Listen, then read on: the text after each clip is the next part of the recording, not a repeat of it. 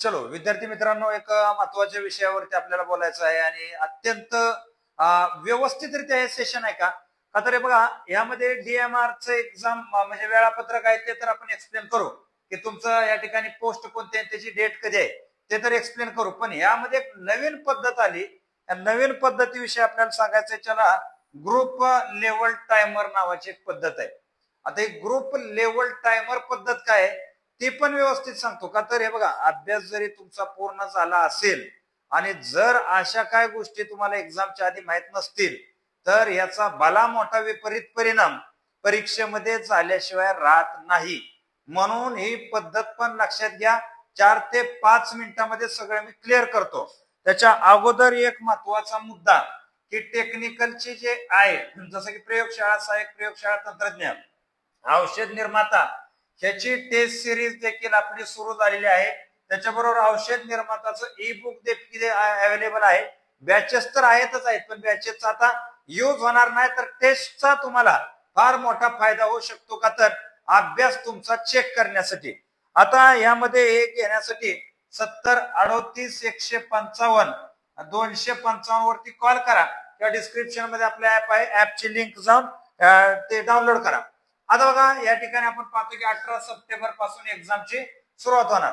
18 सप्टेंबरला आपण पाहतो फार्मसीची एक शिफ्ट आहे, डेंटल टेक्निशियनची आहे. म्हणजे फार्मसीची सुरुवातच 18 सप्टेंबर पासून होते. त्याच्याबरोबर डेंटल टेक्निशियन, नंतर 19 सप्टेंबरला पण फार्मसीची शिफ्ट आहे, 22 सप्टेंबरला पण आहे डेंटिशियनची आहे. म्हणजे हे तुम्हाला मी ग्रुपवर टाकतो, हे बघून घ्या. हे काय आता सगळं वाचून दाखवायला काय तुम्ही निरक्षर आहात अशाचा काय प्रकार नाही. आणि हॉल तिकीटवर तर तुमच्या धडधडीत टाइम, वेळ, ठिकाण सगळंच तिथं येऊन जाणार आहे. आता इथं आपला महत्वाचा विषय म्हणजे ज्याला आपण पाहतो की हे टायमर जी पद्धत आहे ही नेमकी कशी पद्धत आहे तुम्हाला सांगतो. आता काय एक्झाम अशा आहेत त्यातल्या, जसं की त्यामध्ये 100चे 100 क्वेश्चन जे आहेत, हे क्वेश्चन कशावरती आहेत, ज्याला नॉन टेकचा घटक आपण म्हणतो. कोणता? नॉन टेक, म्हणजे मराठी, इंग्रजी, जीएस आणि लॉजिकल रिझनिंग किंवा अंकगणित बुद्धिमत्ता.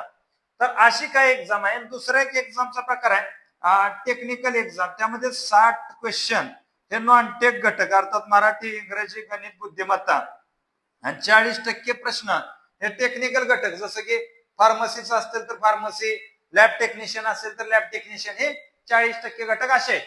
आता बघा, यामध्ये कसं होतं तुम्हाला सांगतो. फॉर एक्झाम्पल 100 प्रश्नाची एक्झाम आहे. ज्या ज्या लोकांची, त्यांना 60 मिनिटांमध्ये पेपर सोडवायचा. आधी पूर्वी कसं असायचं की 25 असे क्वेश्चन यायचे आणि टायमिंग यायचं 15 मिनिट 15 मिनिट, बरोबर आहे. आता तसं नाही. आता काय बघा, तुम्हाला पेपर चालू झाल्या पहिला 15 मिनिटाचा स्लॉट येणार, 15 प्रश्न त्यामध्ये असणार.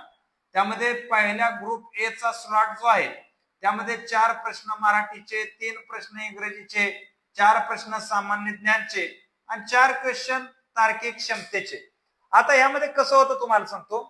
15 मिनिट संपली, तुमचे प्रश्न किती सोडवू किंवा त्याच्या अगोदर तुम्ही सोडवून ठेवूयात, 15 मिनिटांना हा सेक्शन ऑटोमॅटिक ऑफ होणार आणि हा सेक्शन ऑन होणार. परत ऑन झाल्यावर परत हे 15 क्वेश्चन जे आहेत ते तुम्ही 15 मिनिटांमध्ये सोडवायचे. लवकर सोडवा, उशिरा सोडवा, जेवढंही 15 मिनिटात होईल तेवढंच. त्यानंतर तो ऑफ होणार आणि ग्रुप सी चा सेक्शन येणार. मग त्यानंतर तो ऑफ होणार, ग्रुप डी चा सेक्शन येणार. Same as it is. जसं की नॉन टेकची परीक्षा आहे, तर प्रत्येक आपण पाहतो 20 प्रश्न राहतील त्यांना. तर प्रत्येक ह्याच्यामध्ये प्रत्येक ग्रुप ए ला 8 प्रश्न, मग 6 प्रश्न यामध्ये गणित बुद्धिमत्तेचे, 3 प्रश्न इंग्रजीचे, 3 प्रश्न मराठीचे, आणि तो सेक्शन ऑफ होणार. म्हणजे पूर्वी कसं असायचं बघा, मराठी संपलं की मराठीचा टायमिंग संपलं की मराठी ऑफ व्हायचं. किंवा एखाद्या एक्झाम मध्ये असंही काढायचं की एखादा घटक आहे, जसं जीएस जीके आहे, की 15 प्रश्न 5-6 मिनिटात सुटतायत, तर तो टायमिंग तुम्हाला गणित बुद्धिमत्तेला वापरता यायचा. तो राहिलेला वेळ कशाला? गणित बुद्धिमत्तेला. पण इथं तो स्कोप नाही. म्हणजे तुमची ती 15 मिनिट झाली की तो सेक्शन मिक्स क्वेश्चनचा आहे. म्हणजे मिक्स क्वेश्चन, फक्त मराठीच नव्हे किंवा फक्त इंग्रजीच नव्हे, तर प्रत्येक घटकाचे क्वेश्चन त्यामध्ये उपलब्ध आहेत.